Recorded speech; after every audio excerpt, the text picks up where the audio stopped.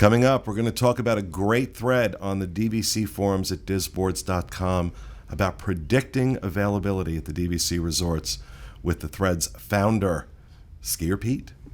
Coming up next on this episode of The DVC Show.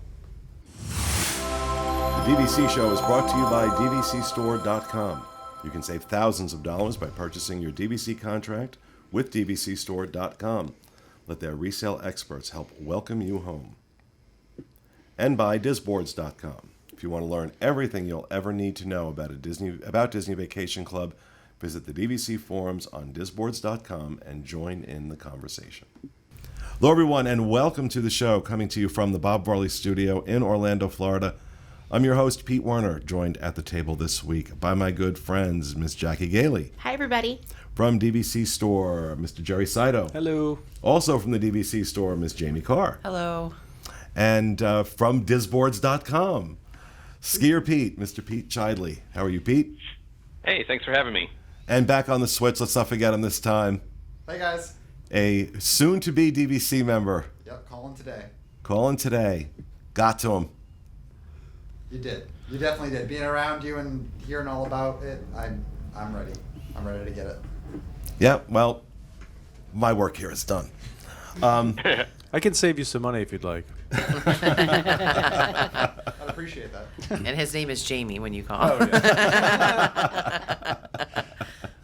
yeah. Okay, so during my, especially in the beginning when I was first thinking about buying, and I've mentioned I spent a lot of time on the boards, disboards.com, mainly because I own them. And I was going through our DVC forums and seeing the amazing information. I've really taken a new appreciation for these boards. I've talked about it before, and really the thread that started that for me, that really started changing, like just not changing my view, but just really making me pay a lot more attention to these boards, was this one, Predicted DVC Booking Patterns. And it was started by Mr. Shidley, also known as Skier Pete, on the boards. And what got me, not just the information here, but the amount of work that went in to this thread. And calling it a thread is almost demeaning. What Pete has done here is taken a look and tracked the booking patterns for pretty much all of the Walt Disney World DVC properties, and has figured out what made predictions about where you're going to find availability at different times of the year. And there'll be a link right down below this in the show, in our description, and of course on our show notes page, disunplugged.com. You have to check this out. But Pete, talk to me about this. Sure. So I bought my first retail contract at Animal Kingdom in 2014, my wife and I. And at the time, as you say, there's a lot of good information on the boards, and there was a lot of information about availability. We bought in order to get into studios, and pretty rapidly I realized that there's certain times that are very difficult to get into a studio. You've said it yourself. It's definitely the hardest room category to find. So I decided to kind of take the time and go through and put together a charts for each of the resorts, focusing at that time on the studios.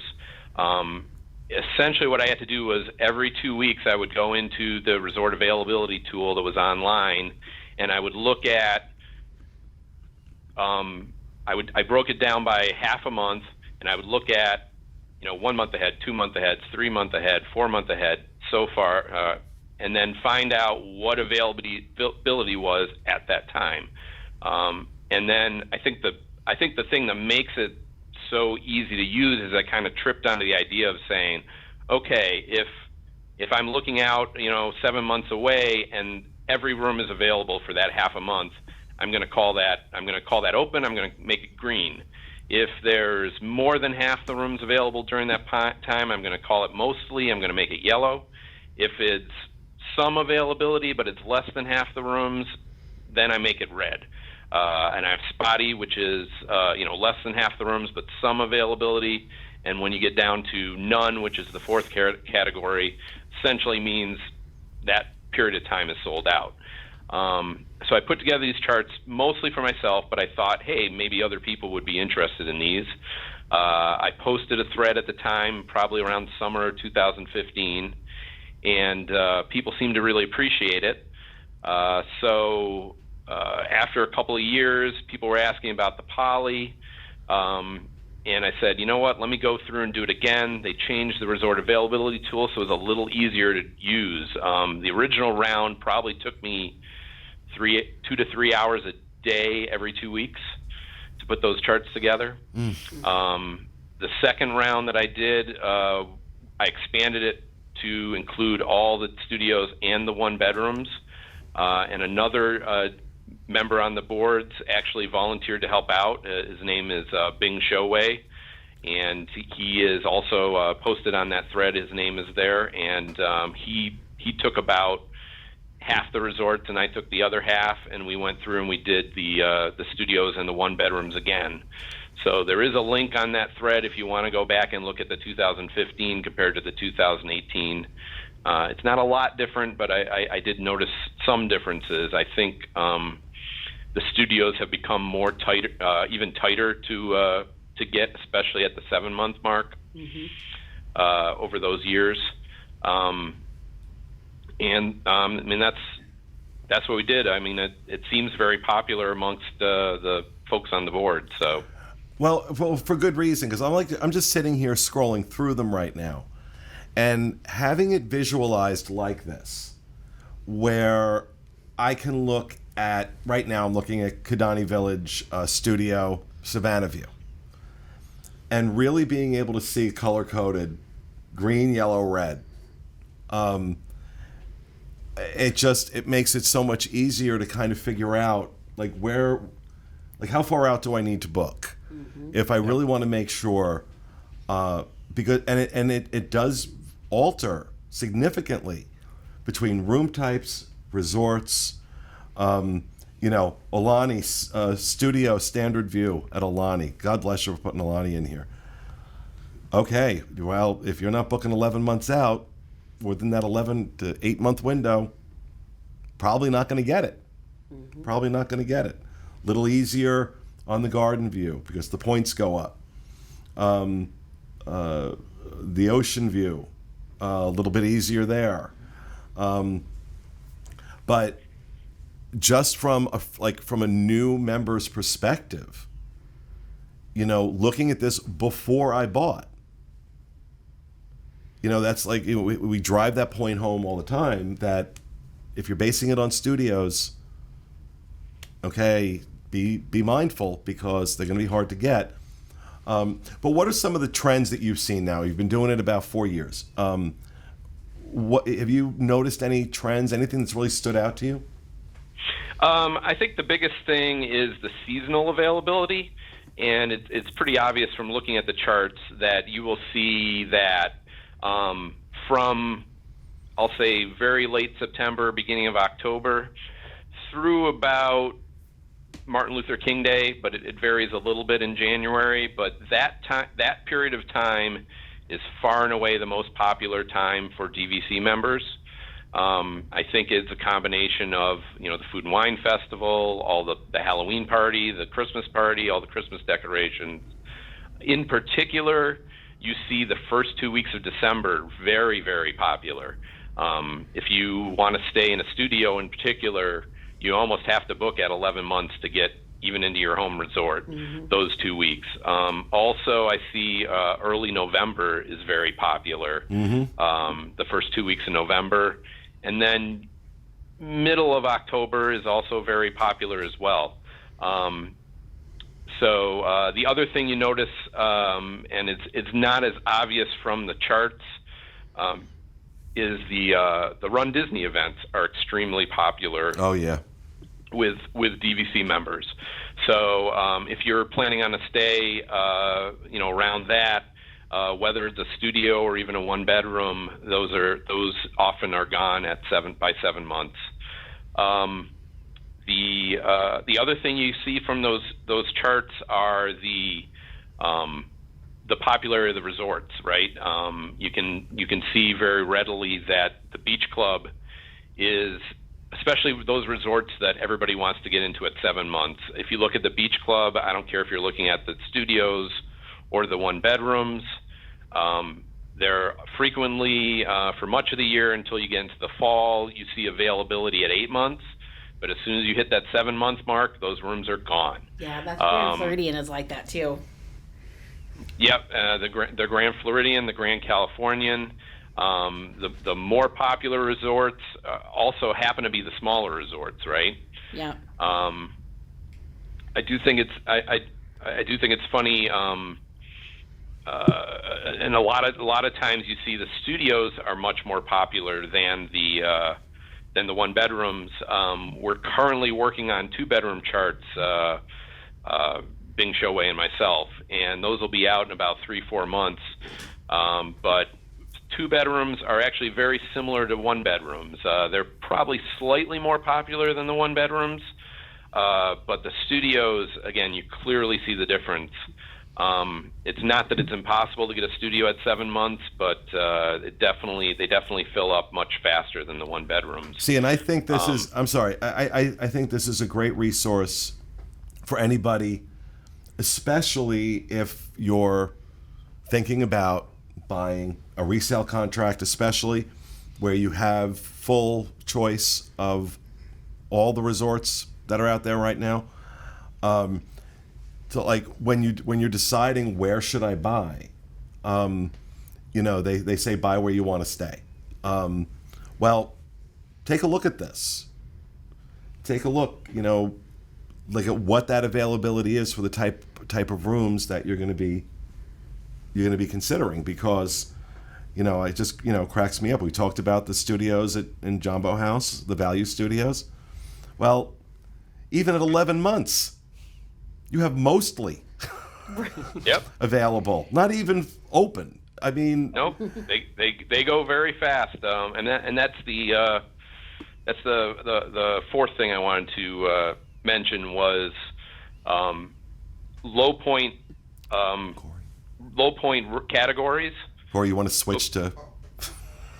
Sorry. What happened? No, Corey was like leaving the camera on me. He was paying attention to something. Okay. I think he was listening. He was very intently listening to you and not realizing he hadn't switched over. It's okay. I was watching the long box. But the low point room categories, a lot of times low point room categories are also not a lot of rooms.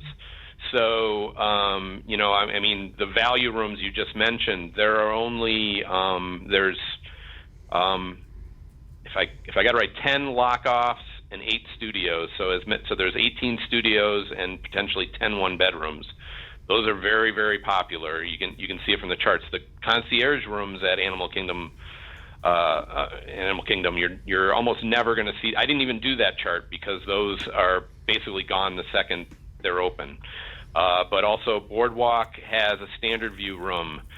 Bay Lake Tower, you were mentioning earlier about, also has a standard view room. Those are very popular with members because it costs them less points, so they can stay longer. I think you should just buy more points, and you can stay longer. That's my theory. What those charts taught me was what you should do is you should buy enough points for a one bedroom, because if you look at them, one bedrooms are often available at 7 months. If you're someone like me that travels from out of town, I can book plenty in advance. But if and I'll admit I don't have the points to to book in a one bedroom, but that's really the ideal, is if you can afford the points and the maintenance fees to stay in a one bedroom, you have a lot of options at 7 months for much of the year. Yeah, I just looking at Jumbo House, that when you talk about a one bedroom standard view, which is going to be less than a one-bedroom Savannah view. At 7 months, you got more than half the year that's open for that. And I don't know, for me personally, then again, I'm somebody who I need to have space in my hotel rooms. I don't like, I'll deal with a small hotel room if I have to, but I'd much prefer a one-bedroom. So when I bought my points, I bought it around that, which I'm really, really glad that I did. I still don't have enough, but that's another show. So for me, looking at those one-bedrooms and seeing what the availability is, and it does make, because I like the idea of the main building at Animal Kingdom Lodge more than I do Kidani Village. Yeah, I like Jumbo as well. Agreed. And I like the idea of concierge rooms even more than I do. I don't know if I've ever seen honestly, like you were mentioning, Pete, I've never seen one. I've never seen availability for it. I've checked just to try it out. Never. I've been a member since 2004. It opened and there's only 5 rooms. I've never seen it. There's 5 concierge rooms in the DVC property, so they go quick. Yeah, never seen one. It's I'm surprised they haven't done that actually. The concierge thing, I'm surprised they haven't done that at some of the other. Like I was wondering at Boardwalk. Or like Grand Floridian, you'd think, Or Grand. Yeah. I think it was a happy accident, though, because when they were building Animal Kingdom, it was going to take them so long to build Kidani. They wanted to sell it, so they converted one floor. So I think it was just their need to be able to sell the property before it was actually built, not wait till it was fully built with Kidani. So I think it was one of those kind of things. I don't know if you'll ever see it again unless they're converting a floor of one of the hotels.